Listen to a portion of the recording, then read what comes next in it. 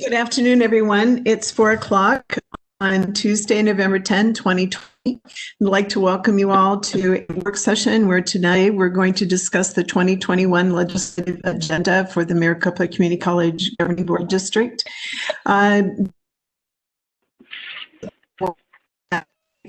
Someone would like to access live captioning, they can do that through a link that appears in the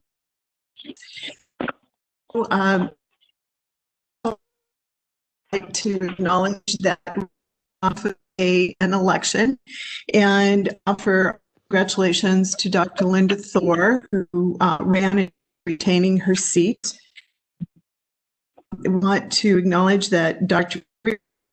who was in the race, or I don't think your name is even on a ballot, for another 4 years.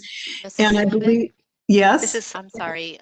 I'm hearing you cut in and out quite a bit. Oh. Can't hear you. Uh-oh. I'm in a new place, in a new location. Is this not better? It sounds like you're underwater. Oh, well, I'm not. All right, guys. Can we go on pause for a minute? I'm going to put myself on mute and try to find a different option. Sure. Okay, I'm going to do that. Hold on. All right, can you hear me better now? Hello? Yes, we sure can. All right. I apologize for that. It's trial and error for a little bit here. Okay. So I'm not sure where we left off, but I was welcoming everybody to the meeting. I made the comment about the link in the chat box for folks to access live captioning. And before I was calling roll, I was acknowledging that we were coming off of an election and wanted to recognize that Dr. Linda Thor ran and retained her seat. So we'll be serving this district for another 4 years, beginning in January of 2021. Also acknowledge that Dr. Narini, who also had an uncontested race, will be continuing on the board beginning in January 21 for another 4 years. We also had an uncontested race where Miss Susan Bittersmith ran for Mr. Saar's seat and will be joining us in an official board capacity in January of 2021. And Miss Jacqueline Smith prevailed in her race and will be joining our board in January of 2021. I welcome all of you to the 2021 board. We'll be more official then. But I also want to acknowledge that Ms. Bittersmith and Ms. Smith, I believe, are listening for this afternoon's work session, and we welcome you for that purpose. So moving on, I'm going to call roll of the board for the record, and I will acknowledge that Ms. Munoz, our Student Advisory Board trustee, is not able to attend today. Mr. Hendricks will not be in attendance. And with that, I'm going to move to you, Ms. McGrath. Are you present? Yes, I am. Glad to hear. Dr. Narini. I'm here. Mr. Saar. I'm here. Dr. Thor. I'm here. Ms. Nguyen. I'm here. And with my presence, there are 6 board members in attendance. And with that, then I'm going to move us into the agenda for this evening, where we will discuss the legislative agenda for 2021. We acknowledge it's not as early as it could be. And I think with each year we're getting better, but I'm sure Ms. Renfro will offer some comment on that. And with that, I'm going to turn this over to you, Dr. Gonzalez, to introduce our presenters this afternoon. Dr. Gonzalez. Yes, thank you, President Sullivan, members of the board, CEC, and guests. And I'd also like to congratulate Dr. Thor and Dr. Narini and Ms. Bittersmith and Ms. Smith. We welcome some of you back, and we welcome our new board members and look forward to working with you beginning in January.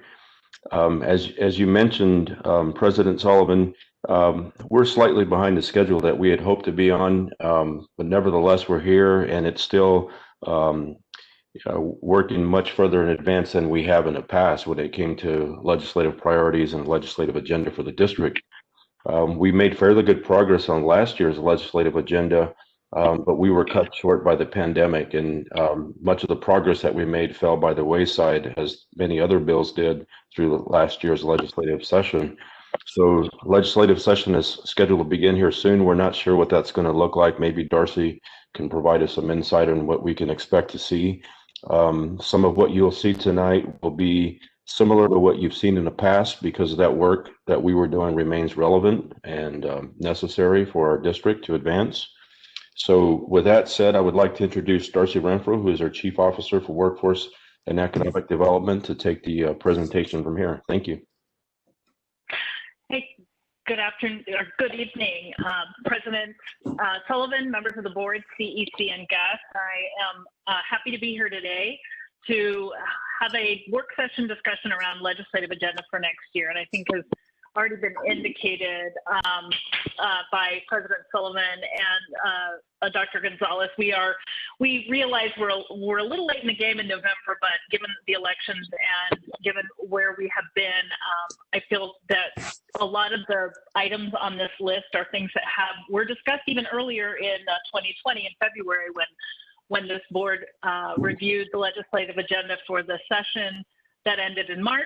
And some of those issues we'll talk about tonight are repeat items from that session, things that almost got completed but fell short due to the closure of the legislature. On the note around the legislature and where things sit, there are still votes to be counted in Maricopa County, and there are a couple races that are still at issue and have not yet been resolved with the legislature. But what we do see is that the legislature will, the Republicans will remain in the majority in both houses. And we know a couple of individuals have already made self-determinations not to run for leadership positions, but we expect that the legislature will begin that process very, very soon to establish leaders, committees, committee chairs, etc. We'd be happy to come back and give a full report on the sort of the election analysis, if that were useful. I also wanted to introduce Alexis Sistorf, who has joined us recently as the Director of Governmental Affairs, Government Relations Director for Maricopa. As many of you know, we have been without an internal government relations director for almost 3 years now, and have been managing our agenda on a part-time basis. And it is just clear, it became clear over the last two sessions, this is a full-time job, and we're very, very excited to have Alexis here today with us. And I may defer to her on some things. She's a quick study and has been diving deep into these issues and the legislation that is relevant that was sent to you and where we need to go going forward. So in terms of, just to start, next slide, please. We did have a internal process this year that started in August. In August, we put together an internal committee to review our legislative agenda from last year and make recommendations for the upcoming session that will start in 2021. I want to thank those members, if I could, very quickly. They include Paul Dale, Kate Smith, Eddie Jenna, who is also on the line today if we have questions, to provide some faculty perspective. Patrice Nango also served on that committee, Brian Spicker, Gary Quinto, Diana Villanueva Sacido, the provost, and Keisha Brock. We're all part of designing, reviewing and designing and discussing the agenda. There was a bit of a break. Late October, we presented to the CEC, and that brings us to today, which is a work session to really just review, reflect, and get questions from you all in terms of how to move forward when we bring this back for a vote in January when the new board is seated. Next slide, please. So I think I am not sure, President Sullivan, I'm not sure how you would prefer to go about this? If you want to go through each item and then answer questions, or should I go through all of the items and then we'll double back on questions after I go through the initial overview? I think going forward with the general agenda goals is good. And then as you get to each topic, perhaps you could break for quick Q&A after each item. And then at the very end, if there's any summary questions, we'll go from there. Perfect. Okay. Thank you. So for the goals of the legislative agenda, what this has been since I have been on board, which I'm a newbie in Maricopa years, I'll be going into my 4th year in January, so 4th legislative session. And when we started this last year, the notion of bringing a legislative agenda to the board to give us direction, to provide us direction on and give general guidance as to positions on key matters. As most of you know, legislature operates on very real-time basis. So what we've tried to do is capture in these items a position that would give staff the ability to make determinations consistent with the board's direction. And so you'll see some of the items have a little more specificity than others because they're kind of a one issue potentially, but there's always room for interpretation, and these issues can go lots of directions when legislative session picks up. And our job is to ensure that we have ongoing communication with the board and as well as the chancellor, so that we are directing our activities at the legislature consistent with this board's position. Next slide, please. So I'm going to just take these in order. Recommendation number 1 in terms of the position on the screen, it relates to the Arizona Teachers Academy and to ensure ongoing support for the Teachers Academy. So last year, 2 sessions ago, the governor announced a Teacher Academy, which he funded with $15 million initially. Of that, Maricopa and Pima Community Colleges were included in the Teacher Academy for post-baccalaureate teaching credentials. Our portion of that was broken down internally. There was a formula that was created by ABOR, who is administering the Teacher Academy, that would enable our students who are, for the most part, re-careering into teaching, who have a bachelor's degree in potentially another content area and would like to reskill or become teachers, to join. We had approximately 300 participants last year. Was the first year that that this program was launched, last academic year, and we put roughly 300 teachers through with funding their fees and tuition at Rio Salado College and Scottsdale Community College. Those are the only 2 colleges at this time that do post-bac teaching programs, and it was a great. We think we really did take a full advantage of the opportunity to bring more people into teaching careers. Last session, there was in the budget, the governor did actually separate. There was a bill last year that made it through the process before early sine die, that opened the door for high school teachers to access the Teacher Academy dollars in order to get certified per our Higher Learning Commission requirements in language arts, math, and science. It's not specific to language arts, math, and science, but one of the issues that we hear from our K-12 partners has consistently been the need for the math and science teachers to recertify to be eligible to teach college-level coursework in those content areas. We also have a strong interest in working with high school teachers to dual enroll in career tech education spaces as well. And we're doing some research around that, and we'll be, the provost and her shop will be conducting a Nexus Summit for all high schools in the Valley to talk about issues like dual enrollment, and issues like teacher certification. So this item asks for continued support and potential expansion of the dollars to cover those high school teachers. The statute allowed for high school teachers to avail themselves of the Teacher Academy funds, but there was no additional funding put forth for that purpose. So that is the nature of this item that we would, this board to recommend, we're recommending this board continue to support ongoing funding and potentially some dedicated resource for those high school dual enrollment teachers, so that we can expand the number of teachers in high schools that are teaching our college level coursework and helping advance individual students into post-secondary and increasing educational attainment across all subjects. Okay, thank you. Hey, if you completed that piece, I'll ask the board if they have any questions at this time. Board members, I can go through the list, or you can just speak up at this moment if you have any key question on this recommendation. I have a quick question. This is, oh, go ahead. Yes, let's go Dr. Narini, and then first, Dr. Narini. No, I was just curious about the dual enrollment credential piece for the teachers. So that is available now for teachers to upgrade their credential, for the high school teachers to upgrade their credential for dual enrollment?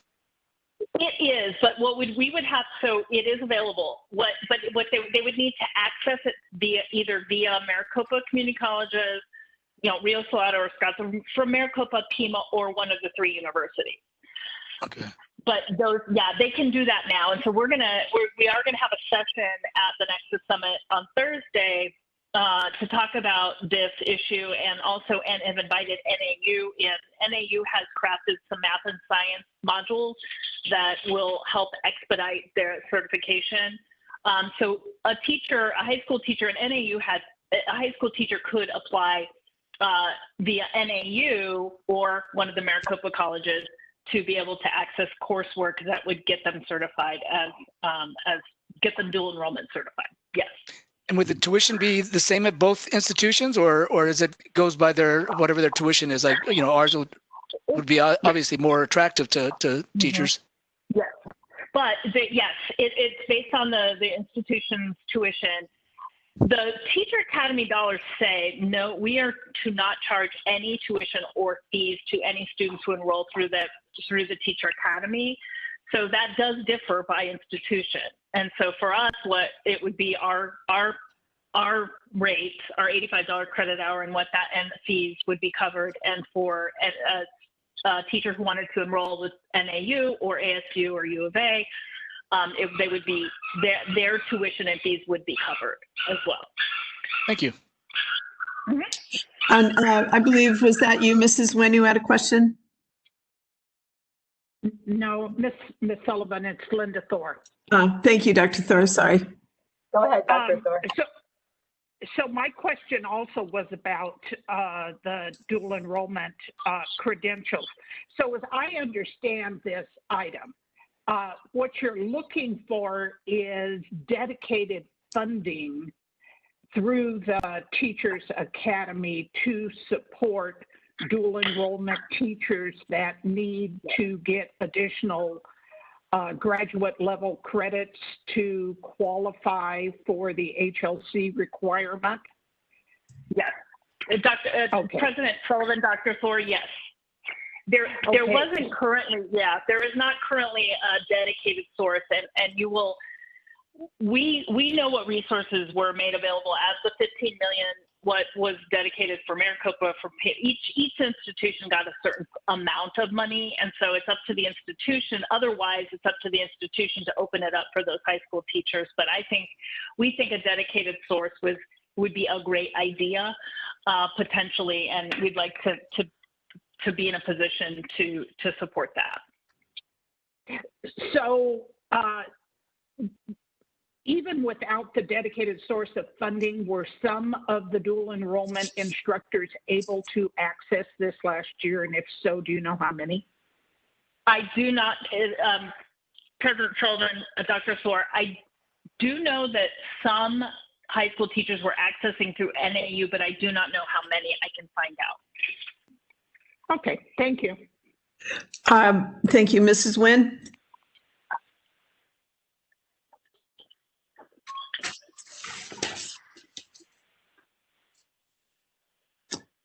Okay, no questions there. Ms. McGrath? Yes, thank you. I'm wondering, when they say they want a dedicated service, are they asking for money from the legislature to be given us, or are we going to get it out of the 208 money or the 301 money? Oh. President Sullivan, Mrs. McGrath, it would be general fund dollars. I believe the Teacher Academy has been supported by general fund dollars as a priority of Governor Ducey. That is the current sole source of funds for the Teacher Academy. That said, the institutions, some of the participating institutions have provided their own institutional resources to support these teachers, which for the first 2 years of the Teacher Academy was the only way that teachers were enrolling, and the costs were being covered by the 3 universities. When this then became a statute and a budget item with the governor appropriated a certain amount and then opened it up for us for post-bac students as well as the traditional university student or baccalaureate degree student. And now we're hoping to push and open it up a little further for the high school teachers to be able to access those post-secondary credentials that they need to be qualified. I don't know what impact that Prop 208 will have on any of this at this juncture.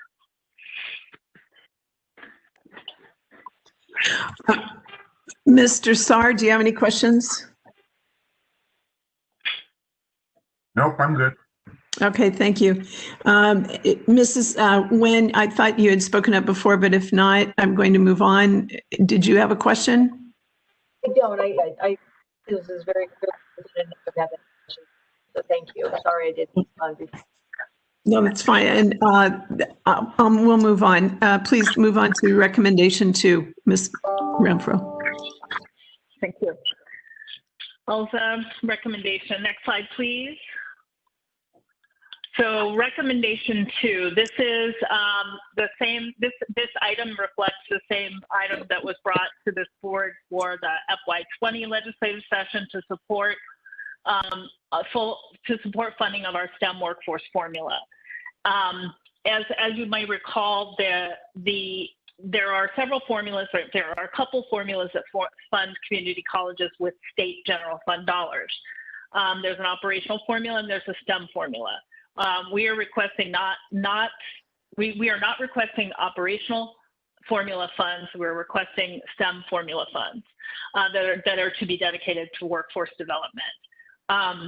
As in 2015, when the community colleges, when Pima and Maricopa were zeroed out of the budget, each year we have made, we think, significant progress in getting us back as an item within the budget. So we had a place at the table to even discuss formula funds. And then we were successful in getting a small amount of our STEM formula funds at the with Governor Ducey's support, as well as one-time funding for a specialty nursing program and to expand our capacity for our nursing pipeline with 2 of our colleges, Paradise Valley and Gateway. The last session, the governor's budget included full funding of the STEM workforce formula for Maricopa and Pima. That would equate to about, it says here, $1.1 million minus the $1.2 million that was appropriated in the FY19 budget. So we would like support from the board to request this again of the governor, and would also feel that given the time of year, elections are now just past us, that we need to move on this particular recommendation quickly if we want to get this into the governor's budget again. We have not spoken to the governor's budget office, but are planning to see whether this is even an option given state revenues. But this would be for our budget request. This would be the request that we would like to take, that we are recommending this board move forward for the upcoming session.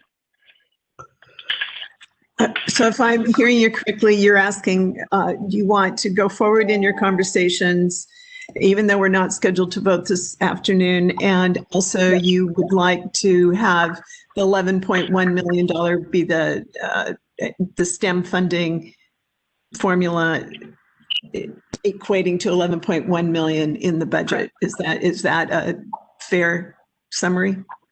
President Sullivan, yes, that is a fair summary. Thank you. Okay, sure. Board members, I'll go through the list again. We'll start with you, Mrs. McGrath. Do you have any questions? No, thank you. Dr. Narini? No questions. Thank you. Mr. Saar? I'm good. Dr. Thor? No questions. Ms. Nguyen? No, thank you. And my comment would be, certainly having the conversations and understanding the lay of the land wouldn't hurt. So, I don't, though this isn't a formal vote or anything, I think you would proceed because this certainly was in our agenda item last time that was set aside. So that would be what I'm understanding and hearing at this time. So then we'll move on to recommendation number 3. Great. Thank you, Sure. President Sullivan. So recommendation number 3, and we will proceed as directed. Thank you. Recommendation number 3 is around scholarship opportunities and incentives for community college students, including adult basic ed, short-term training, upskilling and reskilling for CT students. This is a lot of language that amounts to essentially, it's anticipatory legislation. Should there be efforts, which there have been in the past 3 sessions, to create a state-supported student financial aid system for community college students, that we would be supportive of that. We don't have an agenda. We don't have a proactive recommendation for us to move in a particular direction, but to support those who would like to create and are running legislation to support community colleges. There are at least 3 legislators who have in the past attempted to do this, and we don't have any state-supported student financial aid for community college students at this time. So that's really all that's about. I can get into more detail, but I think it's really, as it says here, anticipatory that we be supportive should those measures be introduced this session. Okay, thank you. I'll go again down the list, but I'll start the other end. Ms. Nguyen, do you have any questions? No, not at this time. Thank you. Dr. Thor? No questions. Mr. Saar? Ditto. Dr. Narini? No questions, but more just a comment about how important this is, because we are open admissions. We can get students who are coming in without a high school diploma, and that's what we're talking about, adult basic education. And without a high school diploma, they don't have access to the federal funding that other students do, the Pell Grant and that sort of thing. So I think this is really key for some of our population, a population of our students that we're working with. So it is really important that we can help them get the funding they need to get their high school equivalency or get their certifications, because they're not getting funding from the federal government. Thank Correct. you. Yep. Okay. Being no further comments or questions on this, so please move on. All right. Thank you, President Sullivan. Recommendation number 4. This is to increase our lease purchase capacity to 20 years and 25 million. Current statute, this was a bill that we did introduce last session. It was very successfully moved through the process.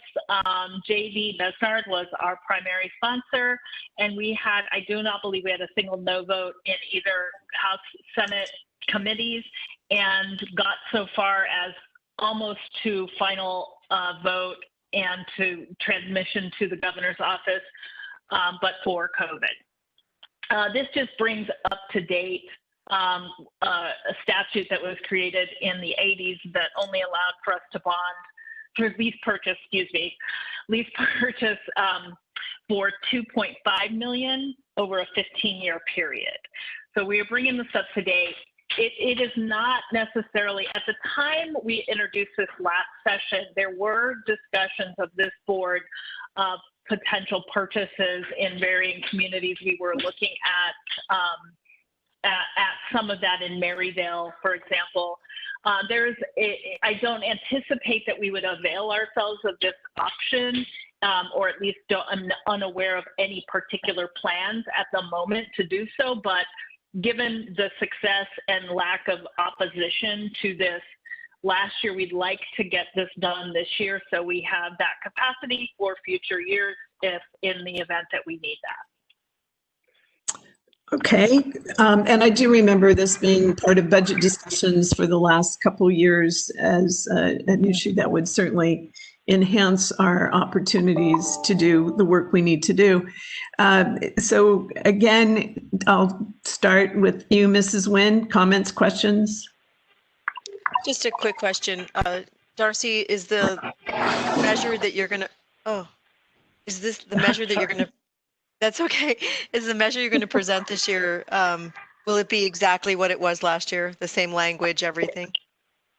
It will be exactly, yes, from our vantage point, yes, it would be exactly what it was last year. We have not yet spoken, I don't believe, but JD. if Alexis has, we haven't spoken to JD because we weren't sure yet whether he was going to come out. I think that race is okay. finished and he didn't. Yeah.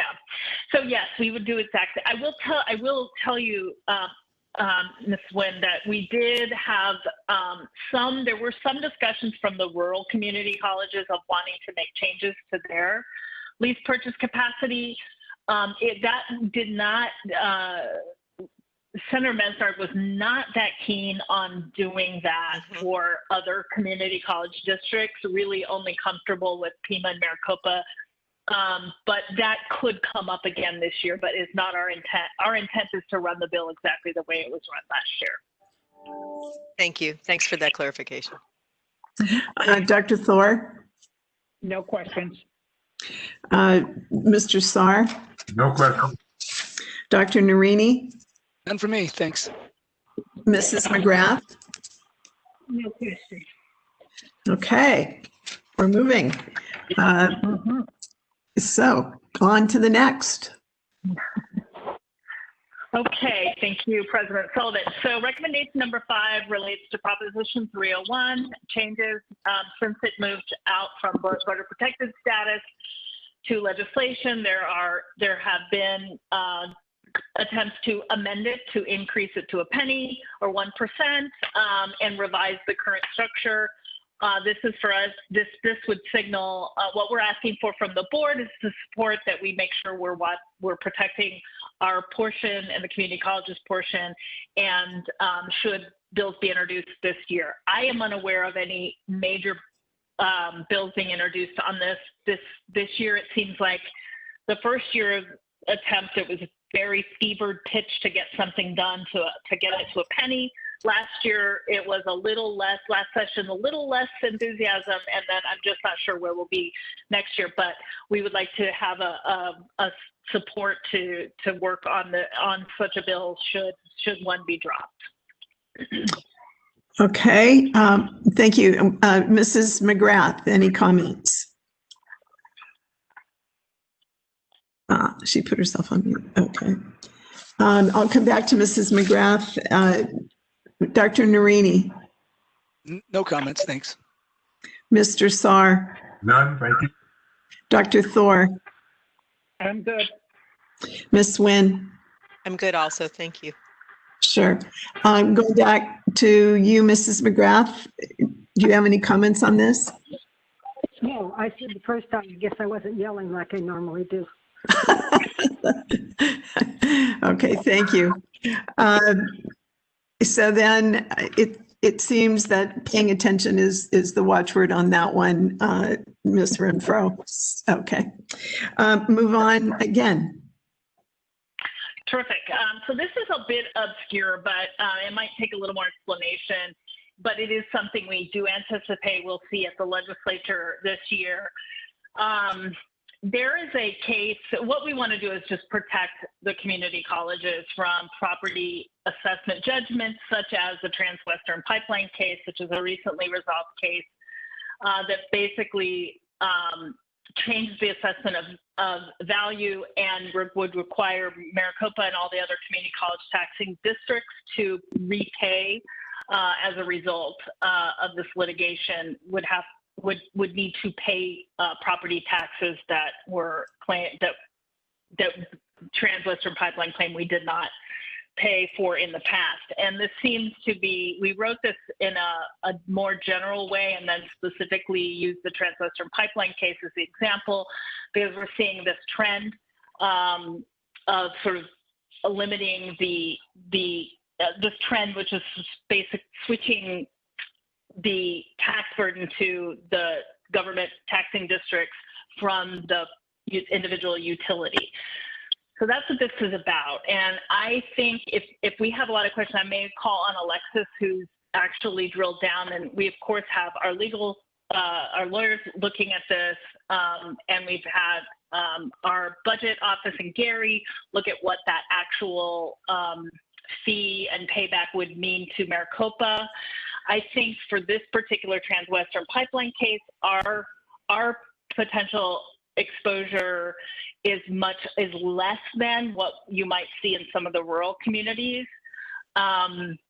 colleges, but this is something we've heard that other tax-paying districts will be bringing to the legislature to try to get out from under this particular issue. So that's about as clear as mud, but I can see if there are additional questions, and then I'm going to ask Alexis to answer some if they're too much detail on exactly what the Transwestern Pipeline case is about. Okay. Mrs. McGrath, I'm going to start with you this time again. Perhaps we could have an explanation of the Transwestern Pipeline case and how it would affect, from what I can gather, we're going to be in a position of being taxed or remitting taxes back to the taxpayers. I'd like to know what the problem is here. So most recently, Mrs. President Sullivan, Mrs. McGrath, so most recently Transwestern Pipeline protested their property assessed value. They stated that the Department of Revenue overvalued their property, which led to a tax court case. That has since been resolved, and I believe the court sided with Transwestern Pipeline. So what that means, it means that there are tax implications for us on that, with that decision.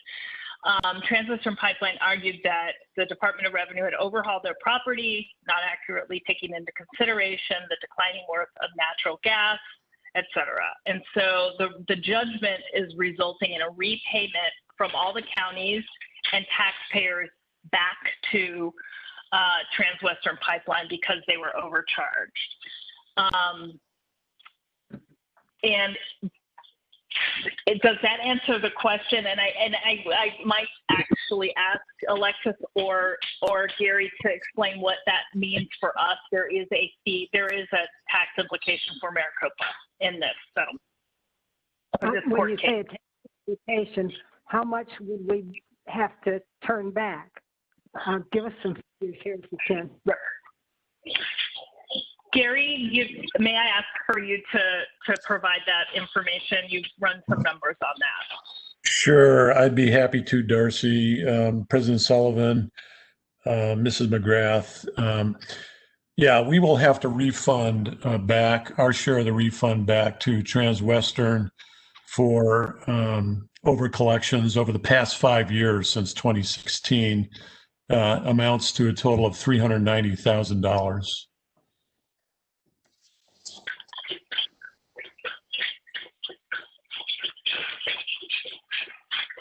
And hey, Darcy, it's Alexis Estorff, and I can chime in real quick, President Sullivan and Mrs. McGrath. So this is really kind of anticipatory as well. There's been years of litigation in this and interest around, addressing this to resolve issues moving forward. I mean, ultimately, it's equated to large legal fees for the state. With Maricopa's role, we see our role being more so as these conversations are potentially happening to address these issues and ultimately save, taxpayer dollars on large legal fees. I think that's ultimately the goal of what we're trying to achieve here. Certainly not run anything, but these conversations are happening with many people just joining into these conversations to, if there is interest to address these to ultimately save taxpayer dollars on large legal fees, that's where us at Maricopa can be helpful. Mrs. McGrath, any more clarification or questions?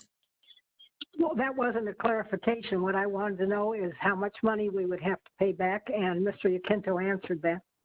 Okay. Okay, we'll keep moving on with other questions.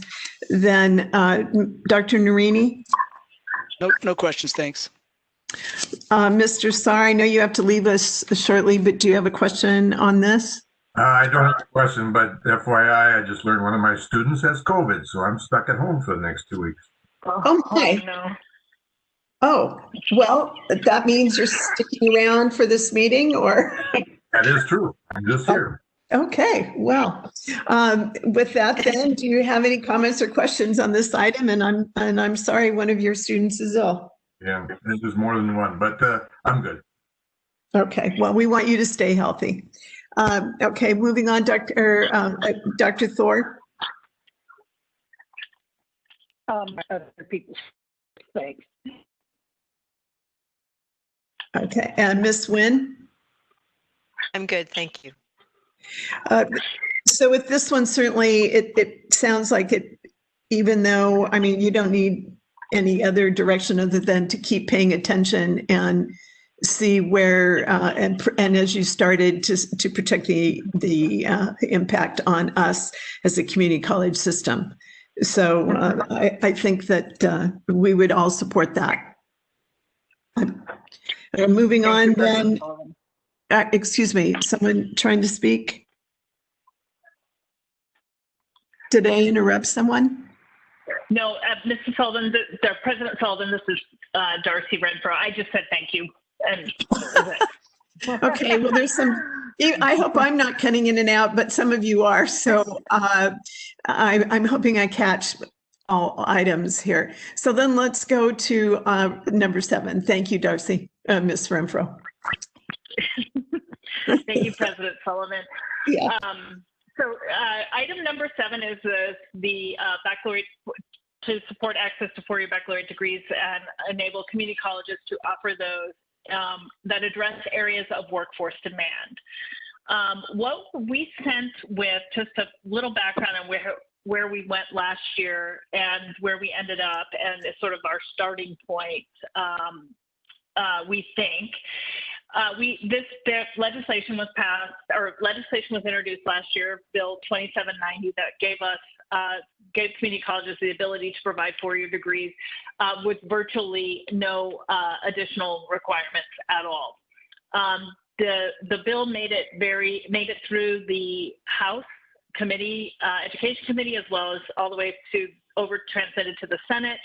And we were in the process of seeking reconsideration in Senate Education Committee, and we're willing to amend the initial bill, and as the bill sponsor, Representative Becky Nutt, who is from the Safford area, was okay limiting that 4-year degree authority for large community college districts, meaning Maricopa and Pima, but enable Eastern Arizona College, which was really the impetus behind the legislation, to be able to provide whatever 4-year degrees they needed for their community. In your board materials, we sent the original 2790 language, and then what we believe is the amendment that was going to be added to Senate Education, that limited our ability to provide 4-year degrees to those areas of high demand, workforce high demand, that were not otherwise available to students. One of the big examples we use throughout is the radiology rad techs, which the market is now asking for them to have a bachelor's degree. And we have the only program, there is no such program in the state of Arizona currently for a baccalaureate degree for a public institution to provide a 4-year degree in rad tech. We offer an associate degree, but our employers are saying they would like more. We have other examples of that. Teaching would be an example of an area where there's a huge workforce need. It does require a 4-year degree. That would community colleges be giving community colleges access to be able to produce those and add to the pipeline. The other issue here that was a big point that was made with House leadership that was 100% behind the 2790 was the low cost of a baccalaureate degree that could be offered through a community college district. And so those were big issues, big conversations last session. What we do believe is that Representative Nutt will be introducing this again. The language that was sent from the Senate Ed Committee amendment, that she will be looking to incorporate that. We also believe she's going to be pulling together some stakeholder meetings this time, which did not happen last session, and I think was for some members of the Senate Education Committee a bit problematic from their vantage point. So we want to work.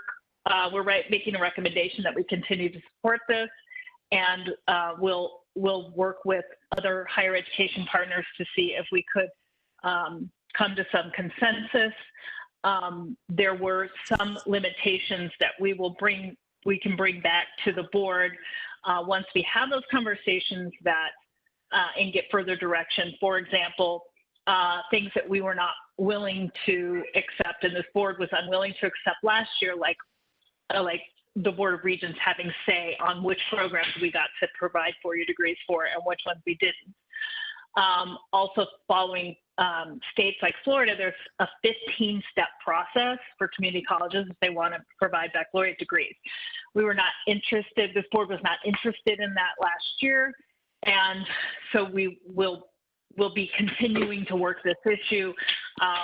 And I think if anything, whatever changes through that stakeholder process, we would certainly bring back to this board for further discussion. So this item is to ask you to recommend support for the notion of a 4-year degree authority with those guardrails that we put in place last session in Senate Ed. And we would certainly continue to work with our higher ed partners to see what other avenues might be of interest to them to not try to block the bill potentially or get us maybe an agreed upon approach to be determined. So last year, we did have discussion as a board around this item, quite a bit of discussion. And then certainly Mr. Hendricks and Dr. Thor were identified by the board to continue to represent our interests with you and others, Ms. Renfro, in continuing this.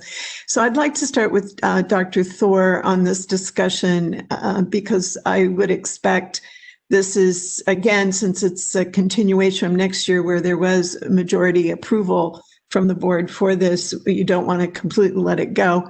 But Dr. Thor, and then I'll come back to you, Ms. Wynn. Dr. Thor, what are your comments and thoughts on this? Thank you very much.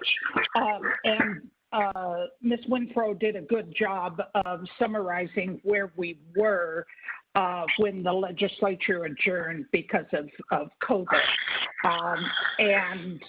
You know, I think we were feeling pretty confident that, you know, some work would be done on the language to include these guardrails and that it would come back to Senate Education Committee with perhaps a favorable review at that time. I do want to comment on the wording of the recommendation, and then I also want to comment on the proposed new language.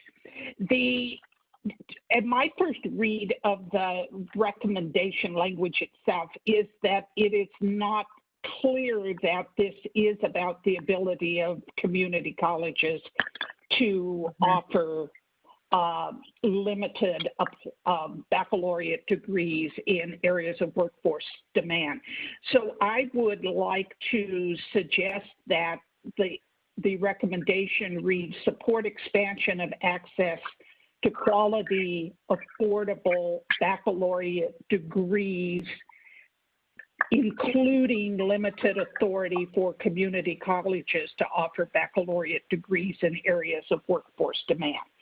So by doing that, we are offering support to expansion of access to baccalaureate degrees, period, but specifically for community colleges to offer limited baccalaureate degrees in areas of high workforce demand. So that's my first suggestion. Then over on the language that's being proposed, and I'm looking specifically at number 17A. And for those of you who don't have it in front of it, it reads, for the first 4 years that a district offers 4-year baccalaureate degrees, the district may not offer more than 10% of its courses for 4-year baccalaureate degrees based on the current number of associate degree programs and certificates of completion in learning programs offered.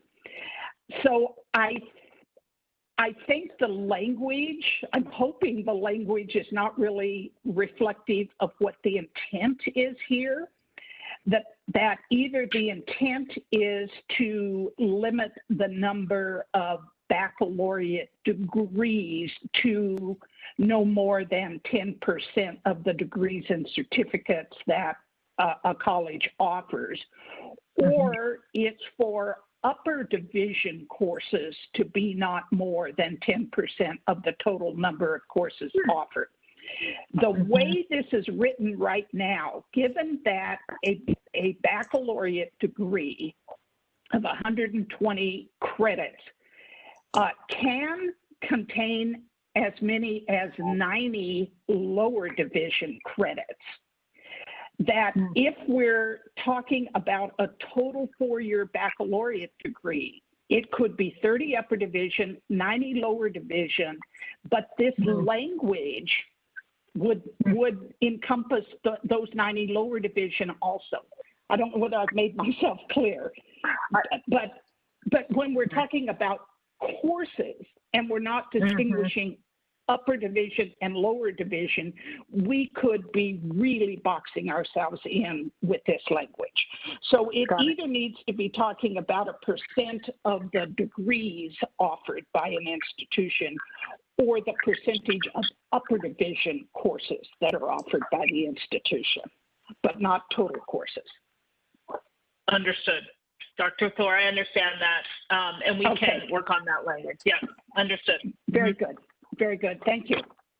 Thank you, Dr. Thor. And as I ask board members if you have any questions, I mean, this was something that we felt pretty strongly about last year, one way or the other. And so you may want to indicate how you're thinking or feeling about this at the same time. Ms. Nguyen, your turn.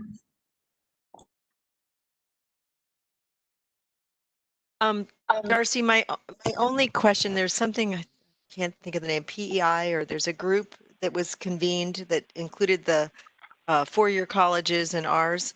Are you guys working together? Because that's what caused this to go off the rails last time. And I think, and I don't, I like the idea of specialized classes for programs that no one else can get, that we can do that. Obviously workforce development is critical, but if we don't do it in conjunction and we're kind of trying to do it, I don't personally want to take on ASU, and I think that was the disconnect last session. So have we done something to remedy what caused it to disconnect last session?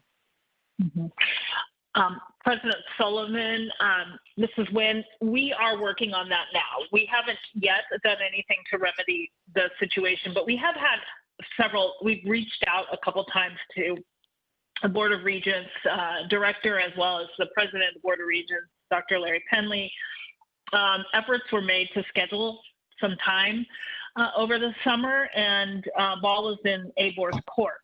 That said, we will continue to sit down, and Alexis has reached out to ABOR's primary lobbyist to have that conversation. Let's try to get together. And the bill sponsor, primary sponsor, has also indicated the need to have a stakeholder conversation. I have had personally several conversations with ASU staff and lobbyists. Yeah, where their starting point would be to let us go ahead and do this if the if we gave them Regents universities the right of first refusal. So that's a bit further than this board was willing to go last session. So we will reach out to them. That is a commitment that staff is making to this board, and hopefully we'll get more progress than that accomplished in the next 30, 60 days.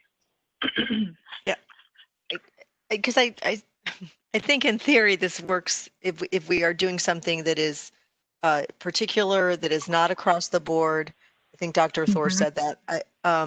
But if you go in and you don't have agreement, you're going to create the same exact scenario as last year, and I think you're going to end up, unfortunately, with the same result. And why do that? It's not what anybody wants. And so I'm just trying to be proactive. And I appreciate what you said, and I'm done. So thanks, Darcy. Thank you, Mrs. Lynn. I would just add, and I probably don't need to, but we had talked about kind of this guardrails around the kind of the number of, like, we can't all of a sudden become everything we offer 4-year degrees and we're not doing associate degrees and et cetera anymore. The issue around high demand workforce areas or areas where there's demand and there is not a program, the problem we ran into that, and it's worth further exploration, is who just makes that decision. And so what we were trying to what is high demand, what should go, that kind of thing. So is there an entity, a third party that makes that determination? That's why you see in this amendment language that it was around the sort of the amount of things we could do. But there are other ways to approach this issue and maintain the integrity of what this board is trying to do, and what the community college, what Maricopa wants to do in terms of being able to provide these programs where there's a need. Thank you. Thank you. Moving on, and then I'll come back. So, Mr. Saar, do you have any comments on this one? No, my questions were answered. Thank you. Sure. Dr. Narini? Thank you. Yeah, I don't know how much it's a question or just something of concern. Because I'm not quite sure how to formulate the question about transfer credits, how they're going to transfer back and forth. Like, for example, in the teaching program, if we're offering a teaching bachelor's degree and a student decides to transfer over to one of the universities, or making sure that our credits are transferable to them, or making sure that we're going to accept their credits when they transfer over to us.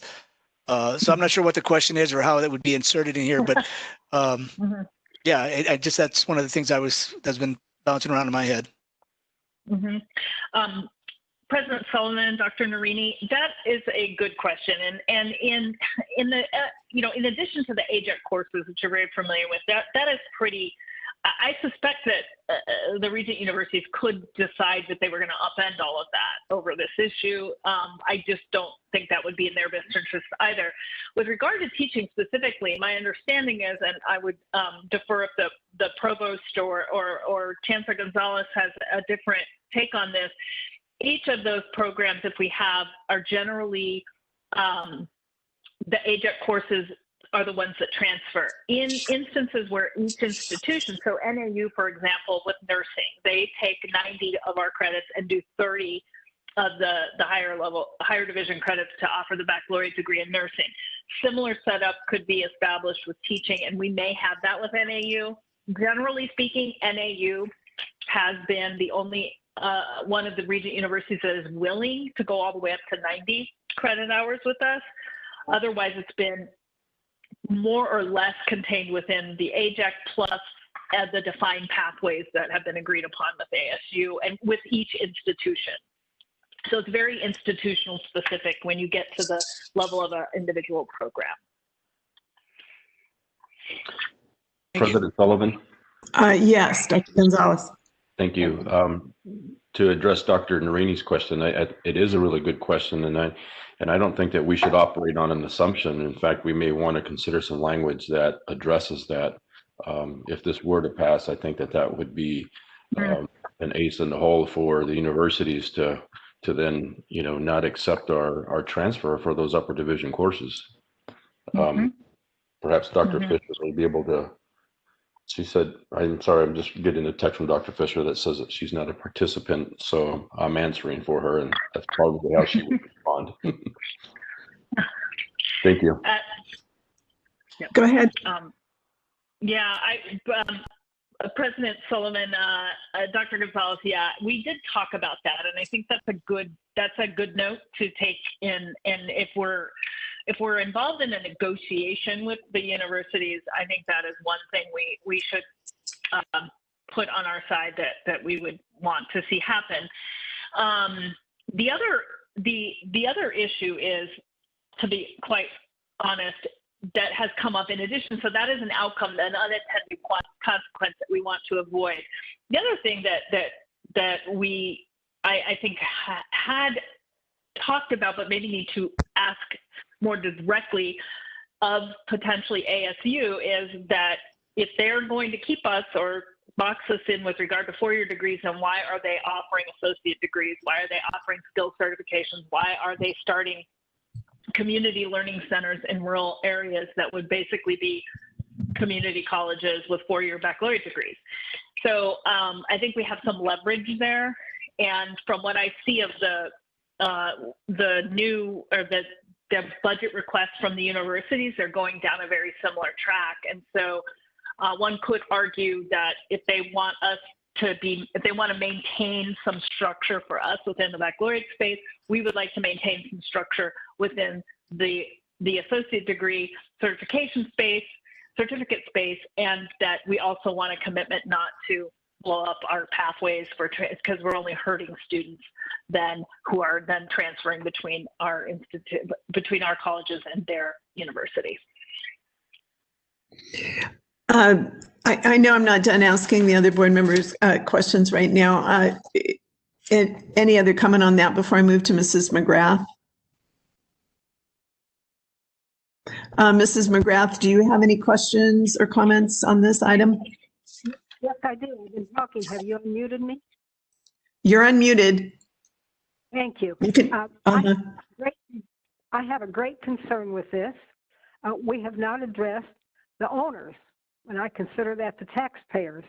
Right now, they get to pay for a 2-year degree, and to go to an upper division classes, burdening the taxpayers, I think, is extremely unfair. If the only way I could support this is if the upper division classes were all paid for by each student rather than the taxpayers. So I'm really, how much would this cost for these upper division classes? President Sullivan, Mrs. McGrath, we've been asked that question before. I don't know we have an answer because it depends on how many of these are we talking about, what kinds of programs are they. It was difficult to put a monetary amount to a cost amount. Ultimately, this board decides what tuition we do charge to students. What your concern was raised by others during the course of last session's discussions around is the taxpayer going to be charged additional funding for this? There are a lot of hypotheticals, there are a lot of directions that this could take. So I don't have a solid answer for you on that. I would, if Eddie, I don't want to put Eddie Jenna on the spot because he may not have an answer to this, but one of the things we talked about quite a lot was that we have faculty who are more than prepared to teach upper division courses. They're some of the best in the state, and there should be no reason why we would need to incur expense for those additional higher division courses, given the talent we currently have. But I cannot say today, sitting here with a general sense of the potential for four-year degrees to be offered, that it's going to cost this much money, because we need to know exactly what that degree was and then be able to go from there. Mrs. McGrath, any other comments or questions? There's a very excellent way to do this.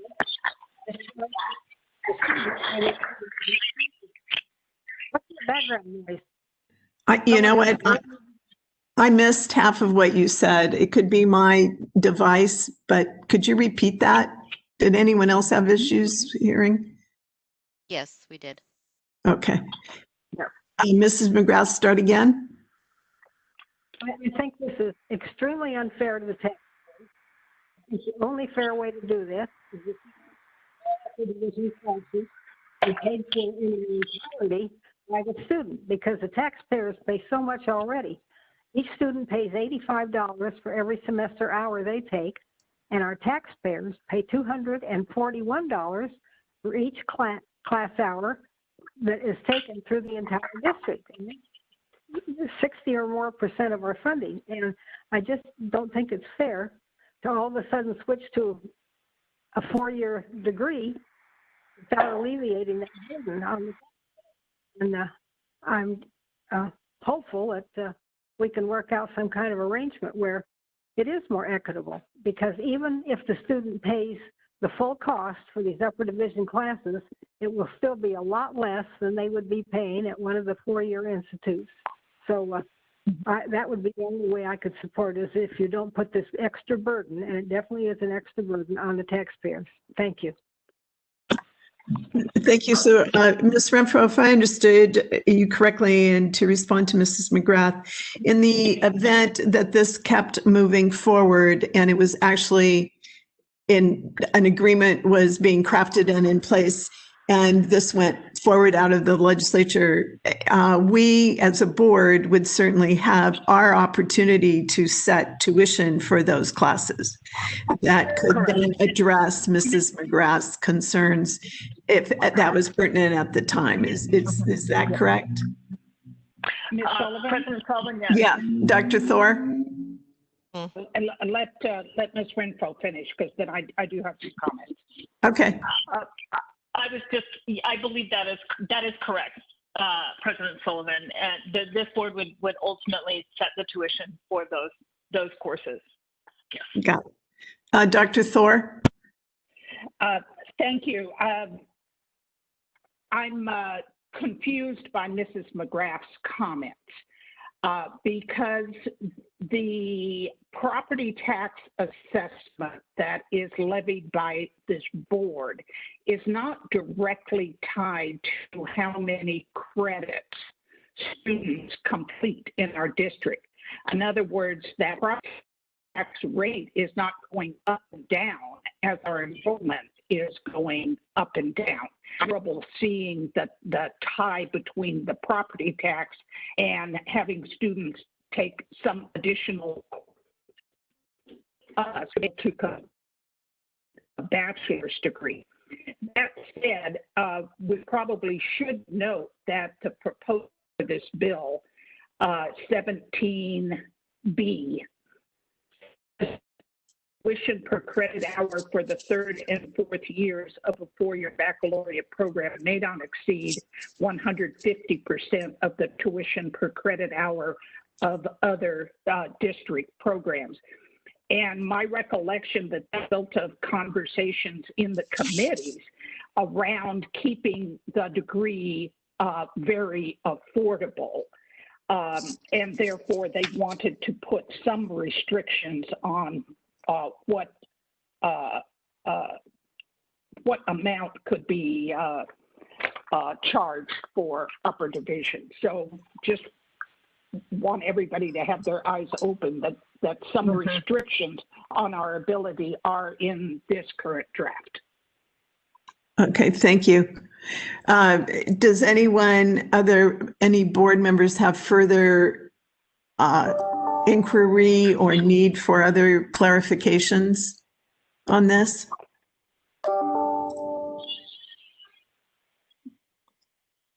I'm not hearing anything from anyone, so may I assume there are no further board questions? Being that, then, Ms. Renfro, it seems that this still is of keen interest to this board with the caveats mentioned. And again, I know things move pretty quickly and we're not here to actively vote on a legislative agenda, but more to have the discussion.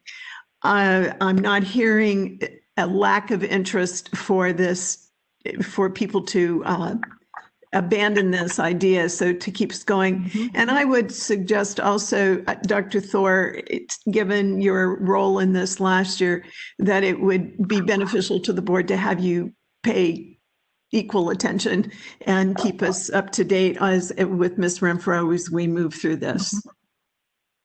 Thank you. I'd be delighted to.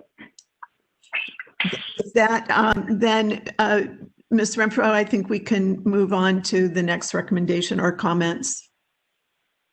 Thank you, President Sullivan. Recommendation 8, this is just a generalized statement, anticipatory statement around making sure that we can protect the board's authority as elected body to make decisions. This might not be the best segue given the conversation we just had. As Dr. Thor rightly pointed out, we did agree to that some limit on raising tuition for these courses so that students, for those who were driven to support four-year baccalaureate degree bills for students, for communities that want a $10,000 baccalaureate degree or a cheaper option, that we have that for them. That said, this recommendation is a generalized statement around just putting us in a defense posture around things that would further, would erode the authority of our local board and the administration of our colleges. Not anything in particular that we're aware of that's being run at the moment, but there has been in past years instances whereby the legislature will legislate things like that we believe are the purview of this board. Sounds like a plan, but I'll go through the list. Ms. Nguyen? I have nothing at this time. Thank you. Dr. Thor? Question. Mr. Saar? No questions. Dr. Narini? I'm good.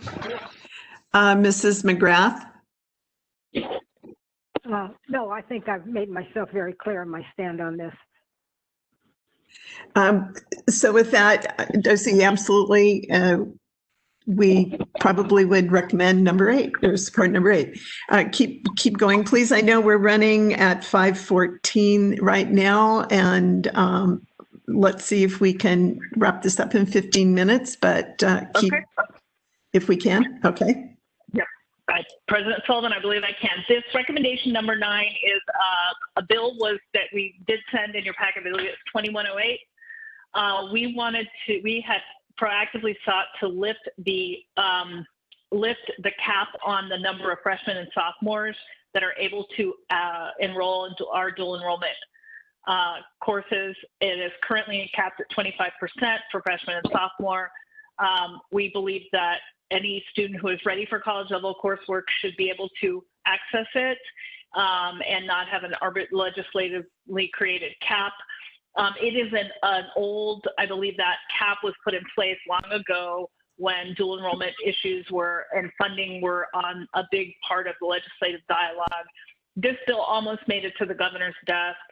We did include a copy of the last session's bill, but that's what this bill is, lifting that cap. We do meet that cap.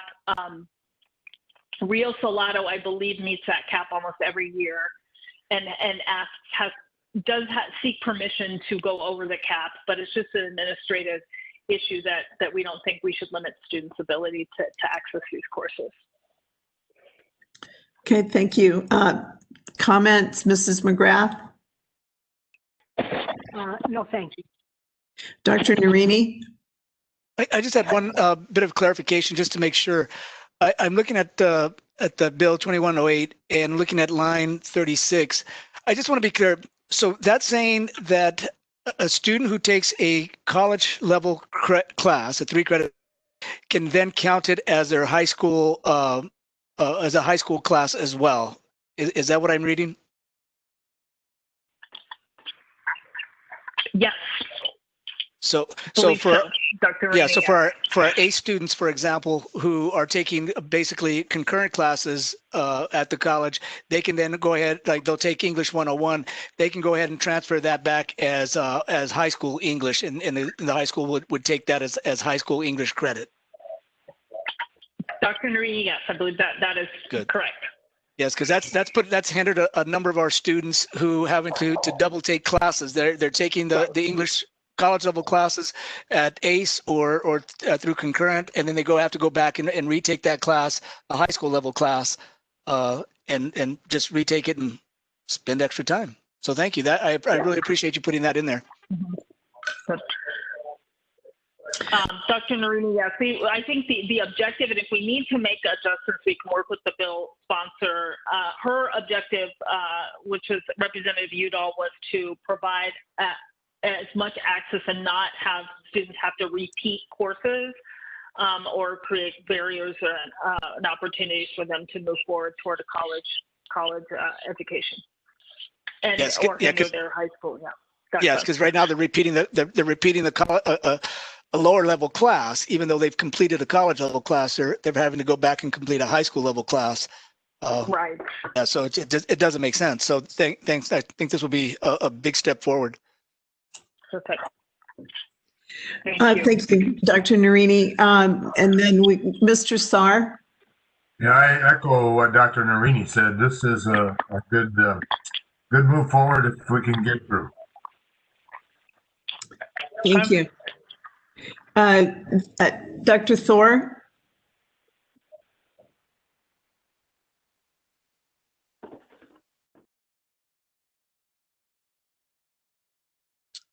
Okay. Dr. Sorry, Thor? I didn't unmute myself. I've been talking, but I didn't unmute Oh, no, that happens, doesn't it? I do that. So I'll repeat what I told myself. Okay, please do. That I can confirm Darcy Renfro's description of how we came to have these limitations, having lived through those legislative battles in the early days of dual enrollment in Arizona. And the cap on freshmen and sophomores was put in place because there was general distrust that the dual enrollment courses that would be offered in the high school would be of the same quality and the same rigor and have the same prerequisites that the same courses on the college campus would require. But I think over all of these years, we have proven that we do have the necessary processes and controls in place to be sure that if a freshman or a sophomore is enrolling in a college level course, that they are prepared to be able to do so. So I'm glad to see this coming full circle. Thank you, Dr. Thor. And Ms. Nguyen. I'm a big proponent of dual enrollment, so anything we can do to enhance it or make it available to more students is good. So I like this part of this. Thank you. Thank you. So I think, Ms. Renfro, this concludes all of the recommendations for the actual legislative agenda before we move on to the next slide. And board members have felt, I hope, the ability to answer questions or offer comments. I've tried to do a quick summary. There are a number of items that you're putting on this agenda that are more, one category would be to protect the community colleges and pay attention to what's going on and be able to react if there's anything that we believe is untoward towards either our authority or our function. The other is there's some things that we're just watching for this year where we're being relatively passive on. And then there are several that we approved in the last go round and are carrying over because they were disrupted or there were other conditions that prevented them from moving forward last year. And then there are one or two new ones. So it seems to me, yes, you do need board approval to move on. I didn't hear anything that would not help enhance some of the, I mean, I did hear things that would enhance some of the approaches on these recommendations. And then we will move forward with some tweaking then to approve something in that regard. So I guess the biggest piece is don't stop working. There are some interesting items on the table, and certainly we appreciate the efforts of your office and Ms. Sussfield in moving, or Suskin, in moving this forward. Your next slide, I believe, is going to talk about some item for the future that will delve in further at the budget workshop. But do you want us, would you move us to that, please, and give a brief comment? On the item 11, the expenditure limitation. Yes. There are two, expenditure limitation, yes. And we talked at length with the budget office, Gary Quinto and his staff, President Sullivan, about this today. There is a lot of work that needs to be done here, and Gary's, Mr. Quinto's team is working to assess current expenditure limitation with new data around enrollments. There has been an ongoing interest of the community colleges to to update the expenditure limitation statutes to better reflect what community colleges do and the current economy. As a constitutional provision, the expenditure limitation doesn't just apply to us, it applies to any taxing entity. And so cities, towns, community colleges, K-12, we're all lumped into the same category, and we're all lumped into the same set of rules. So there has been interest, not generally hasn't been as big of an issue for Maricopa until recently. It's looking like a bigger issue as we enter in this post-COVID space. But all of the community colleges are interested in making adjustments. We have not made a recommendation here for what direction those adjustments could be, but really here are just indicating some of the ideas that are on the table, including looking at the statutory FTSE formula that still counts our students as full-time student equivalents as 15 credit hours over 2 semesters, so 30 credit hours. That is just not who our students are. The majority of our students do not take 15 credit hours or more, and we know that there's good research and evidence that taking a full 15 credit hours does help with persistence and completion. That said, we are now in a post-COVID world, even more important, we think, to ensure that anybody who needs to access a community college to get a micro certification or a skill certification or something that is less than a degree or even a certificate would be able to access and there would be some incentive for us to do so. And also we would get recognized for having these students who are taking these maybe 16 credit hours over the course of 2 semesters, et cetera.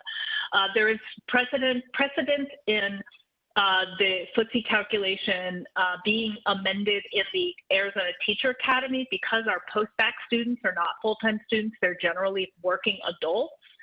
that the governor's office was willing to use a 9 credit hours as, for our FTSE calculation with regard to teacher academy. So that is one direction that is on the table. Another direction is to further weight CTE students because of the high cost of generally of career tech education programs, to increase the weight. When we come back to this board for formal approval, I'm hopeful that number 11 will have been narrowed down in terms of what is the approach that is being recommended and that the other community college districts are supporting. Okay. Thank you. So we'll wait to hear.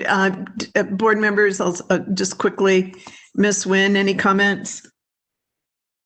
No, thank you. Dr. Thor? I'm good. Mr. Saar? This is important. I hope it goes through. Thank you. Dr. Narini? No comment, thanks. Mrs. McGrath? No comment, thank you. Sure.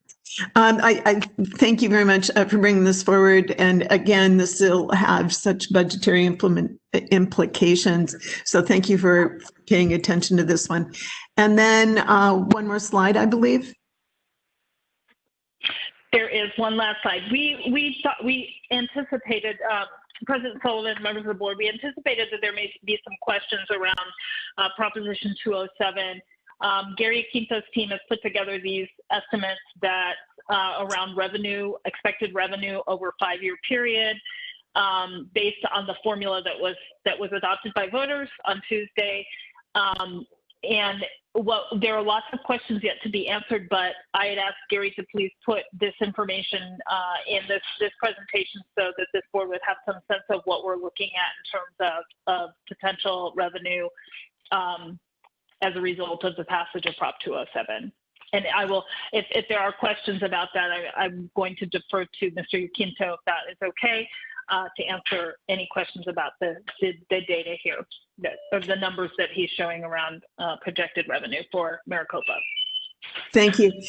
With this, certainly this is a descriptor, and I don't want to interrupt Mr. Quinto's presentation or reference to this, but I'm presuming, again, this will be integrated into our budget workshop, which will be scheduled for November 24 for even further discussion and implication. But with that, Mr. Quinto, do you have anything to comment on before I ask board members for questions? Thank you, President Sullivan. No, not really. I think the chart speaks for itself, and we will bring this back in the next budget work session. I would also just like to point out, if you look at the note at the bottom of the chart, that the law requires that the monies that we receive be dedicated to investing in workforce development, job training, career and technical education, and STEM programs. So those are the purposes that we can use these monies for, and we will integrate it into our budget. Okay, thank you. So I'm going to go through for questions, and keeping in mind, again, we'll have greater opportunity for discussion on November 24. Mrs. McGrath. Thank you. I see that we have a huge increase in revenue here, and if you don't like my idea of making the upper division class students pay the full tuition, perhaps you could use some of this money for that and alleviate the burden on the taxpayer. Thank you. You were cutting out a little bit, but what I heard was your suggestion to possibly apply this to the upper level courses if it comes to that. Yes, help the students with their tuition, charge them full tuition, but then help them with this money. Okay. Then moving on, Dr. Narini. No question, just that this is a great opportunity for us, and I hope we take full advantage of it. Mr. Saar. Sorry, yeah, I'm fine with this discussion. It's been good. I look forward to I guess the legislative session, we'll see what happens. Okay. Dr. Thor. Yes, one question. So the assumption says the expected first year of sales are FY22. Then the chart below says year one. Is year one FY23? Or is it? And President Sullivan, Dr. Thor, tried to answer the question regarding the timing. The law becomes effective January of next year. And so there is a directive to Department of Health Services to begin issuing licenses sometime in January. And we would expect that revenue will trickle in the door. And so there may be some collection yet this fiscal year, depending how quickly administration gets set up.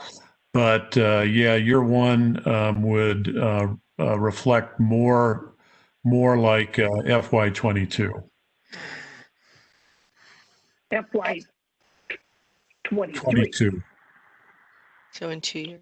Okay. Well, we're in 21 now, and so it becomes effective halfway through this fiscal year, and so we may see some receipts yet this fiscal year, but then we would expect in FY22 beginning July 1st of next year. So they would flow during the year. They don't necessarily get collected in 1 year and then distributed to us in the subsequent year. That's my understanding, yes. Okay. All right. Thank you. Any other questions, Dr. Thor? No, I'm fine. Thank you. Sure. Ms. Nguyen? Just to follow up on what was just said. So if the first year of sales is 22, this is a calendar year for them and how they collect the taxes. So essentially the first year to us would be half of our share. Gary, is that what you're saying? So like, because our fiscal year is different than the calendar year. The calendar year, yes. Okay, so the first year that we would receive a benefit, it would be half of the 9,242 if these figure. Okay, thank you. Just for budgeting purposes. Thank you. Yes. Okay, I have no questions on this at this time, but again, would look forward to a more detailed explanation or Q&A at the budget workshop as we're thinking ahead even to fiscal year 23 with some of the previous conversations around the budget. With that, then, thank you for that slide and comment. Are there any other questions that we have for Ms. Renfro and her team? I'm going to go through one last time. Ms. Nguyen. No, just thank you for all the work, and I appreciate the thoughtfulness with which you put this together, Darcy. Thank you, and to your team. Thank you very much. Thank you. Dr. Thor? No job. Appreciate it. Thank you. Mr. Saar? Ditto here. Thanks, everybody. Dr. Narini? Just thank you for the great, for all the work you put into this. Thanks. Mrs. McGrath? Is this the end of the meeting comment period? Is this what? I'm sorry? Is this the end of the meeting comment period? This is the end of the meeting comment period, or any questions you have, last opportunity. Okay, thank you. There was a request made for the employee counts and for the student counts.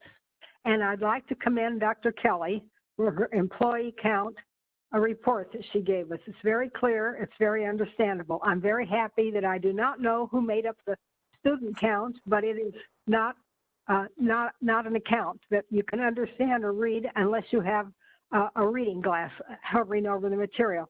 I would like the person who made that report up get together with Dr. Kelly and find out how to present a report of numbers of students, because this is not totally worthless, but very close. I'd say in the top 10%.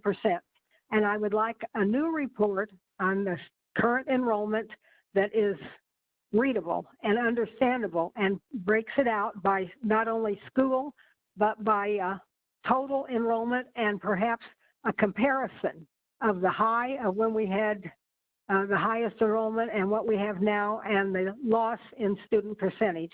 Thank you. Okay.